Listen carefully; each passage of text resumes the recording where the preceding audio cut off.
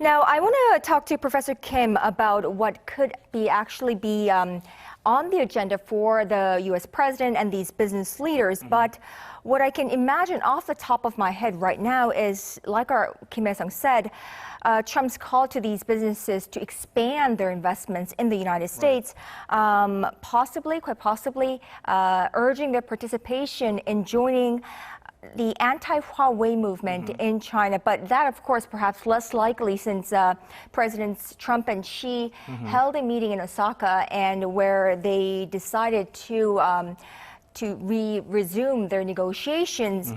Now, but before we delve into the industries, I want to touch upon the bigger bilateral relations between these two economies.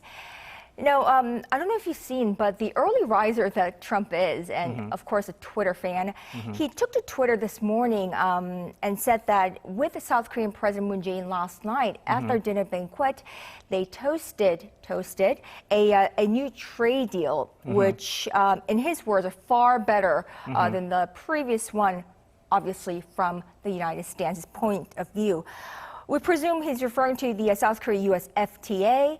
Of course, the details of this revised deal has not been made public yet, but what kind of changes are we expecting, or do we expect from this revised deal? Well, after revised FTA between U.S. and Korea, the trade partnership between U.S. and Korea has been really intensified. For example, South Korea's trade surplus against the United States was like $27 billion 2 years ago, but that has been decreased down to $17 billion as of last year. So South Korea's trade surplus against the United States is quickly declining, which is a good news to Mr. Trump administration.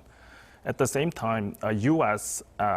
service export to South Korea is increasing quickly, which is strongest industry of the United States, up to $12 billion as of last year. So I believe that revised FTA between the two countries has a big contribution on intensified economic relation between the two countries.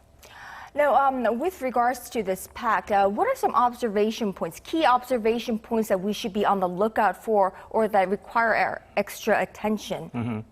Well, Mr. Trump, as we know, is a super protection trade policy believer. So he, all the time, when he meets Korean government people and Korean business leaders, he really emphasizes the fair trade between the two countries. And he wants to really encourage Korean big corporations' direct investment in U.S. territory, like memory chip plants or automobile assembly lines.